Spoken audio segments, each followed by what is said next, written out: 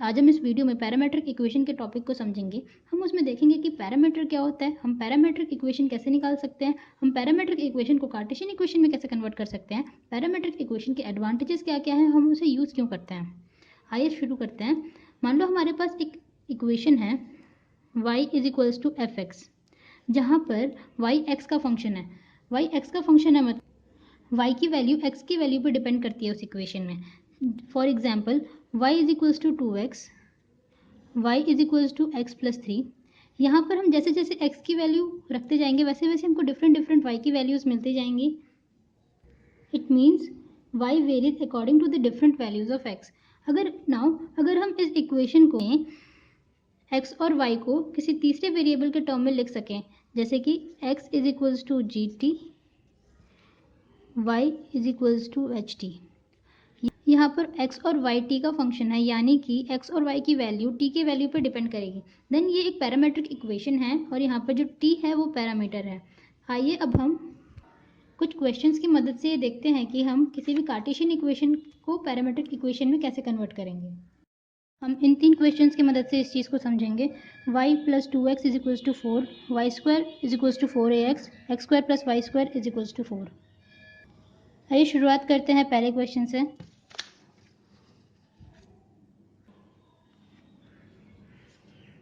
y plus 2x is equals to 4।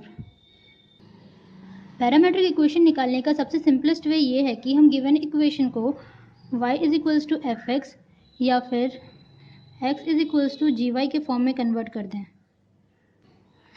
इसका मतलब हम गिवन इक्वेशन में y को एक तरफ रख के बाकी सारे टर्म्स को दूसरी तरफ रख दें, और इसका मतलब हम गिवन इक्वेशन में x को एक तरफ रख के बाकी सारे टर्म्स को दूसरी तरफ रख दें।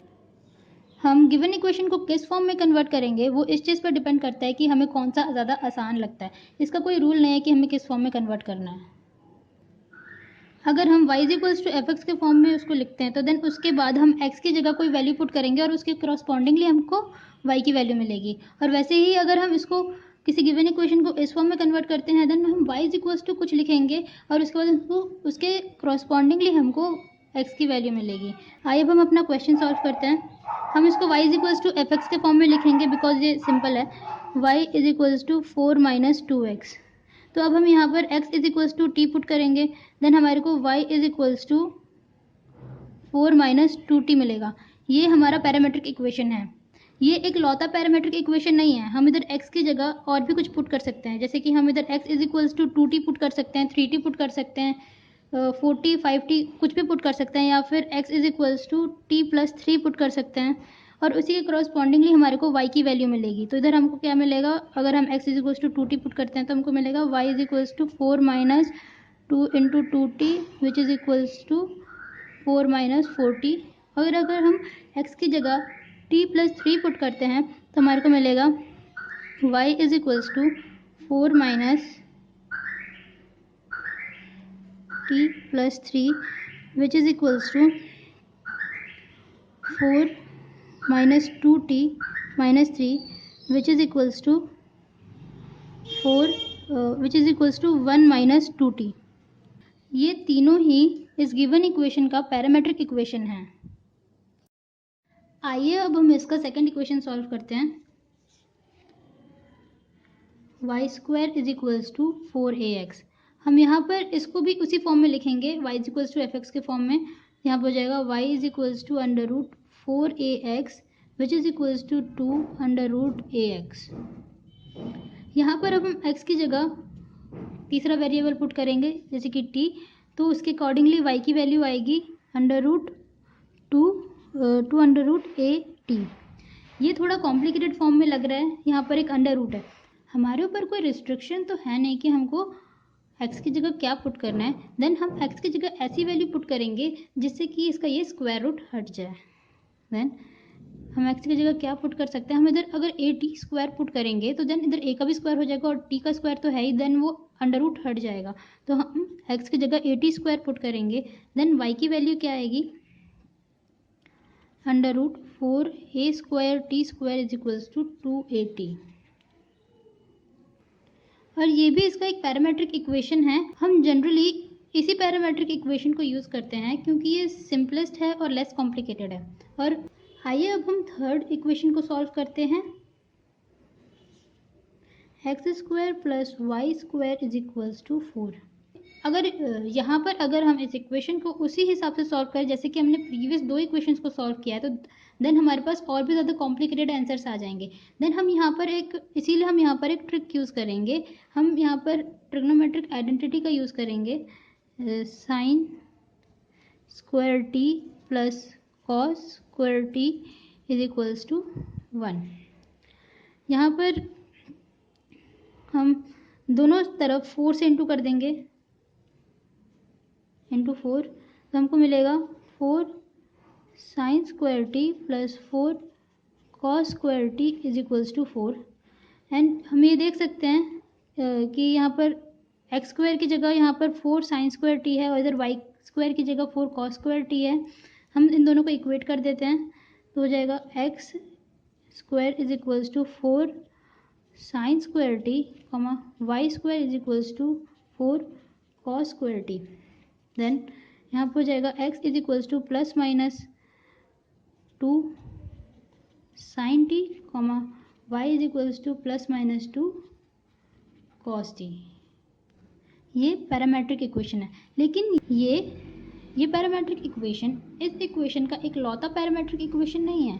यहाँ पर और भी बहुत सारे पैरामेट्रिक इक्वेशन आ सकते हैं। अगर हम यहाँ पर t की जगह अगर हम यहाँ पर t को 2t से रिप्लेस कर दें, यहाँ पर 2t और यहाँ पर भी 2t रख दें, देन ये भी उसका पैरामेट्रिक इक्वेशन होगा। यहाँ पर अगर हम 3t रख दें और यहाँ पर भी 3t रख दें, तो देन ये भी उसका पैरामेट्रिक इक्वेशन होगा। आइए अब हम लोग देखते हैं कि हम पैरामेट्रिक इक्वेशन में से कार्टेशियन इक्वेशन कैसे निकालते हैं। हम इन दो इक्वेशन को कार्टेशियन इक्वेशन में कन्वर्ट करेंगे।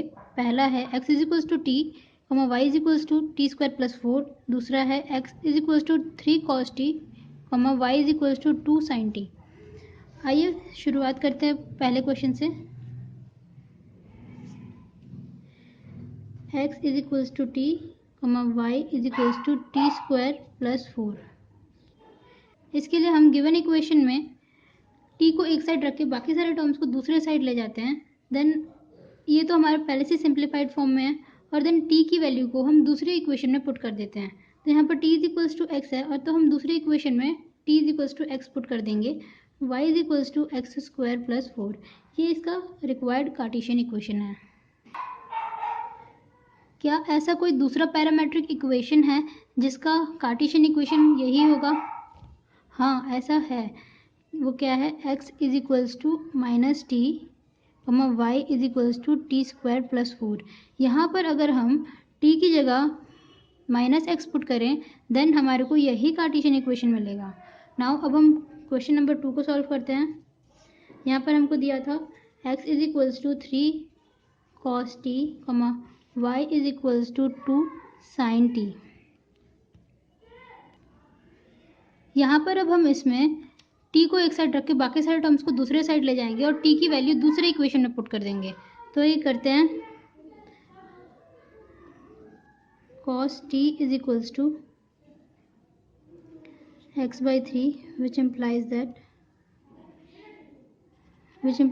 t is equals to cos inverse x by 3। अब इसकी वैल्यू हम इसमें पुट करते हैं, y is equals to 2 sine cos inverse x by 3।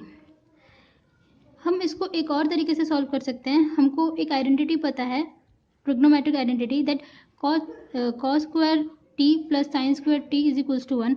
तो हम इधर इस इक्वेशन में cos t को एक साइड रख के बाकी टर्म्स को दूसरी साइड ले आएंगे, और इस इक्वेशन में हम साइन t को एक साइड रख के बाकी टर्म्स को दूसरे साइड ले आएंगे। तो हमको क्या मिलेगा? cos t is equals to x by 3 comma y by sine t is equals to y by 2। अब हम इसमें ये पुट करेंगे, ये आइडेंटिटी इसमें लगाएंगे, तो मिलेगा cos square t plus sine square t is equals to 1। हम इधर cos की जगह ये वैल्यू पुट करेंगे और साइन की जगह ये वैल्यू पुट करेंगे, तो हमको मिलेगा x square by 3 square plus y square by 2 square is equals to 1। ये हम देख सकते हैं कि ये एलिप्स का इक्वेशन है, और ये वाला इक्वेशन इससे ज़्यादा सिंप्लीफाइड फॉर्म में है।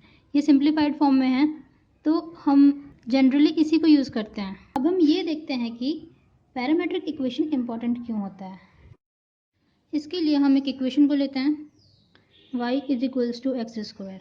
इसका पैरामेट्रिक इक्वेशन होगा x is equals to T comma Y is equals to T square, या फिर x is equals to minus T comma Y is equals to T square, या फिर x is equals to under root t comma Y is equals to t. इसके और भी बहुत सारे parametric equation होंगे, बट इस समय बस हम इन तीन ही इक्वेशंस को कंसिडर कर रहे हैं। हम इन तीन इक्वेशंस का ग्राफ देखते हैं, हम इस केस को बाद में कंसिडर करेंगे।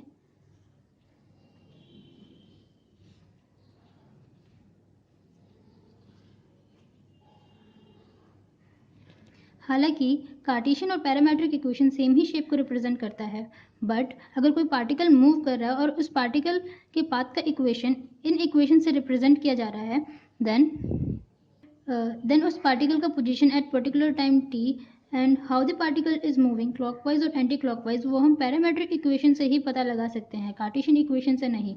आइए देखते हैं कैसे। मान लो अभी हम इस इक्वेशन को कंसिडर करते हैं। अगर ये इक्वेशन पार्टिकल के पाथ को रिप्रेजेंट कर रहा है, देन हम इस इक्वेशन से ये तो पता लगा सकते हैं कि पार्टिकल के पाथ का शेप क्या होगा, लेकिन हम ये पता नहीं लगा सकते कि पार्टिकल उस पाथ में कैसे मूव कर रहा है। और नाउ अब हम इस इक्वेशन को कंसिडर करते हैं। इस इक्वेशन से हमें ये भी पता लगेगा कि पार्टिकल के पाथ का शेप क्या है, और हमें ये भी पता लगा सकते हैं कि at particular time t particle किस पोजीशन पे रहेगा और पार्टिकल कैसे मूव कर रहा है। अगर ये t टाइम को रिप्रेजेंट कर रहा है, देन हम इधर टाइम की वैल्यू पुट करके पार्टिकल का एग्जैक्ट पोजीशन निकाल सकते हैं उस पाथ में। और हम ये भी देख सकते हैं कि जैसे जैसे t की वैल्यू इंक्रीज़ हो रही है, वैसे वैसे x की वैल्यू भी इंक्रीज़ हो रही है, और वो इस पाथ में वो कैसे मूव करेगा, ऐसे। और आइए अब हम इस इक्वेशन को कंसिडर करते हैं। इस इक्वेशन से भी हमें ये पता लग सकता है कि पार्टिकल का position at particular time t क्या होगा अगर ये t टाइम को रिप्रेजेंट कर रहा है तब, और how the particle is moving हम इससे ये भी पता लगा सकते हैं। हम ये देख सकते हैं कि जैसे जैसे t की वैल्यू इंक्रीज़ हो रही है, x की वैल्यू डिक्रीज़ हो रही है, तो ये पार्टिकल कैसे मूव करेगा, ऐसे मूव करेगा, यानी कि ऐसे इस डायरेक्शन में मूव करेगा। एक इम्पॉर्टेंट बात, अगर कार्टेशियन इक्वेशन बाउंडेड ना भी हो, देन पैरामेट्रिक इक्वेशन बाउंडेड हो सकता है। आइए अब हम इस इक्वेशन को कंसिडर करते हैं। हम इसमें ये देख सकते हैं कि हम इसमें t की वैल्यू नेगेटिव नहीं ले सकते, क्योंकि यहाँ पर t अंडर रूट के अंदर है, और अगर t की वैल्यू नेगेटिव नहीं ले सकते तो x की वैल्यू भी नेगेटिव नहीं आएगी, और जब x की वैल्यू नेगेटिव नहीं आएगी तो y की वैल्यू भी नेगेटिव नहीं आएगी। अगर ये t टाइम को रिप्रेजेंट कर रहा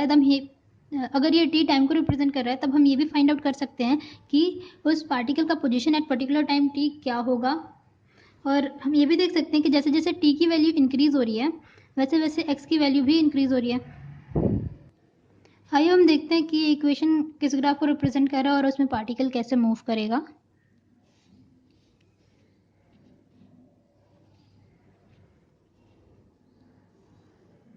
ये इस ग्राफ को रिप्रेजेंट कर रहा है।